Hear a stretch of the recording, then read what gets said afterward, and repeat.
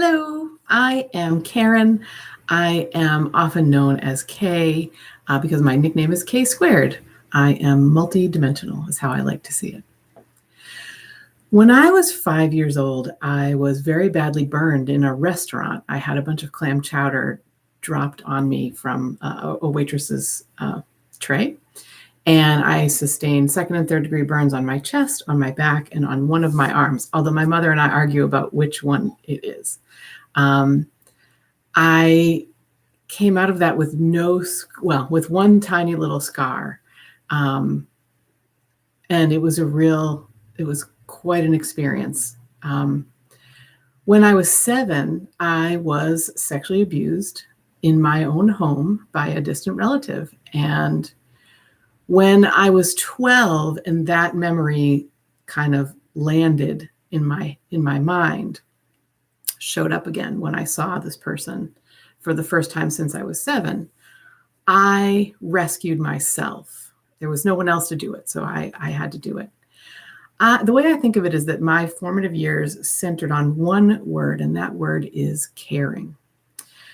Regarding the burns, we were on Cape Cod in Massachusetts, so we happened to be in a restaurant where there was a doctor or a nurse as well, and they had everyone in the restaurant line up and pour water over my body so that the burns wouldn't get worse.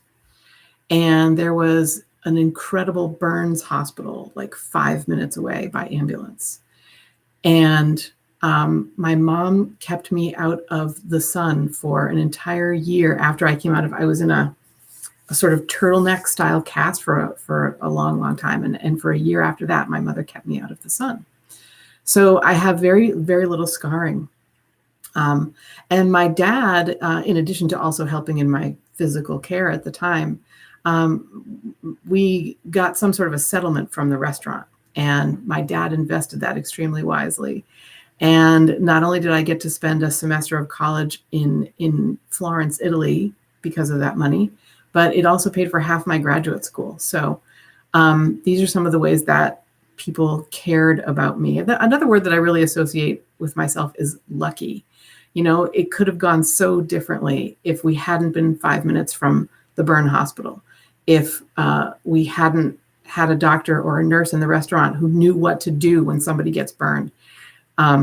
Lots of other things could have been unlucky, but they weren't, right? Regarding being sexually abused, the caring that I think about, I was able to give myself some care.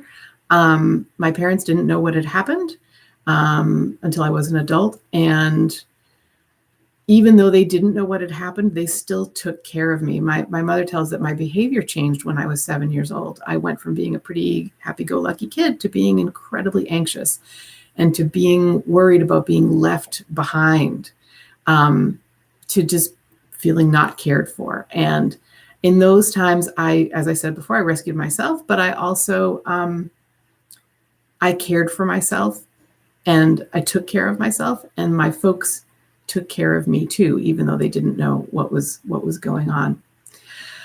I became a teacher to reflect back all of the caring that had been given to me, that had been heaped on me in those years. But as a grown-up, as a wife and mother, there was a new lesson in store for me.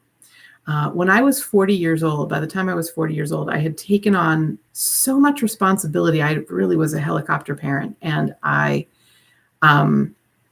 was trying to be omniscient. I didn't realize this at the time, but I thought that what I needed to do as a parent was to be omniscient in my children's lives and to run everything for them and direct everything for them. And as I did that, I put myself last on the list, and I ended up getting a tendon disorder that causes scarring in my tendons when they're overused and in a repetitive way. And that's a long story for another time, but the tendon disorder has been life-changing, and not always in a bad way.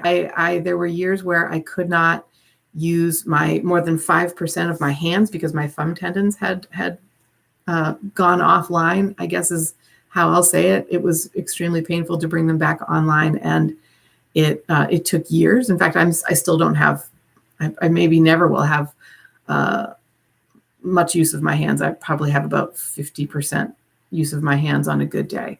But I have the use of my legs back, which means I can ski, I can hike, I can walk, I can dance, things that are really, really important to me. And I learned in the recovering from this, because it's been a decade now that I've had it, I learned that I work best as part of a system and as part of a loving community. When I was in pain and I was unable to do much of anything, I felt like such a burden on my family. But what I learned is that I wasn't a burden on them, first of all, and that they needed me, and that there were things that they needed me to do and to help with. So that's how I learned to be part of a loving community. And that's how I learned that I work best. And I love it because I still get to work that way. Most people know me for showing up for them, for caring, for listening. And it is my honor and thrill to be that person.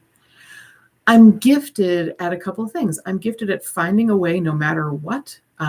When I was a teacher, one of the success stories I remember from my teaching years was, over the course of my life, people perceive me as a trusted person. And so I noticed this in school as a preschool teacher, that the children would tell me things. They would share the things that were going on in their lives, the good, the bad, the ugly. And there were several times in the course of my preschool career, which lasted about 10 years before I became a mother and has moved on to other things. I worked with children with selective mutism. And there's one girl that I'm thinking about now. Her name was Wendy. And you could tell that she wanted to be able to talk and be with friends in that way and giggle and laugh, but she just didn't know how to do it. And I crafted a way for her to do it. And it was so much fun. What worked for Wendy was to be as part of a play. So we had some books, some storybooks in our what was called the imaginative play area of our room.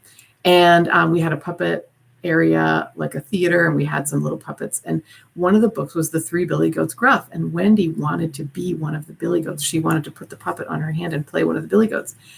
And it took her outside of herself so that she could speak and use her voice. I think one of my fascinations as a learner, in grad school especially, I got to focus on how people learn language acquisition. And what that really means is helping people have a voice. And I think Wendy is maybe one of the first examples of that. But what I am very helpful with now is helping people have a voice and be able to express themselves. I'm also gifted at resilience, I think is one of my gifts. For example, when I couldn't write with my left hand, which I'm usually a lefty, it took me years, but I have learned how to write with my right hand. And I will have an example of that to show you in a few minutes.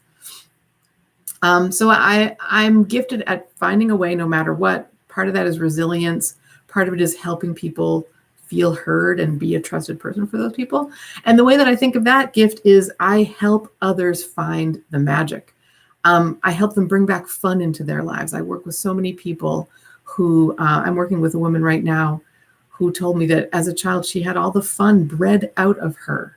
And she told me, if you can help me get some of that back, or if you can help me get that back, that would be so helpful. And she refers to my coaching as magical because it's something that's helping her get what she needs in her life. I help find the magic by skipping the status quo and going for your biggest dreams. And I help people be omniscient in their own lives now instead of trying to be omniscient in their lives. I've kind of learned that lesson. My internal script used to be, they will love you if you do it all for them. And I've worked to get beyond that. And now my internal script is, they will love you for role modeling a great life and for helping them be omniscient in their life. Here's what I'm known for in my work. when I started as a graduate school, when I started as an educator, once I'd gotten my graduate degree in early childhood education and I'd returned to school, we got to go to conferences every once in a while. And there was this one conference where the presenter handed out, they had everybody hand out Post-it notes, like this was hundreds of people. So everybody got a little Post-it note. And he told us to think for a few moments about like, what is the most important thing that you want to communicate to the children in your classroom?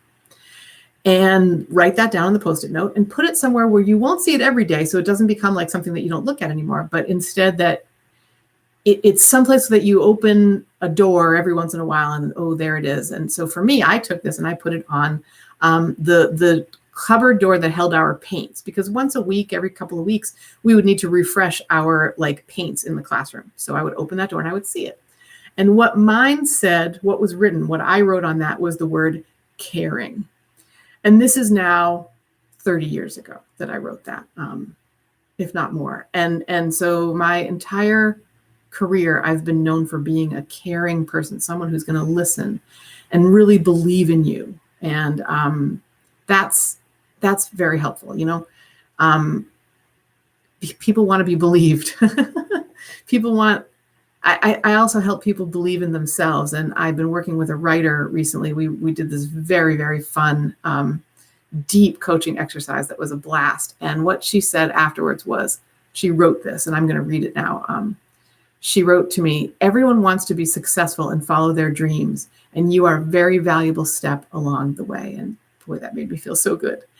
I'm known in my work for helping people find and live into the magic in their own lives. And so when this coaching client who had told me that she had all the fun bred out of her, later told me how magical she felt that my coaching was. And she said things like, you know, I've paid for other coaching before, but this is on a different level altogether. This is amazing. And you're helping me so much.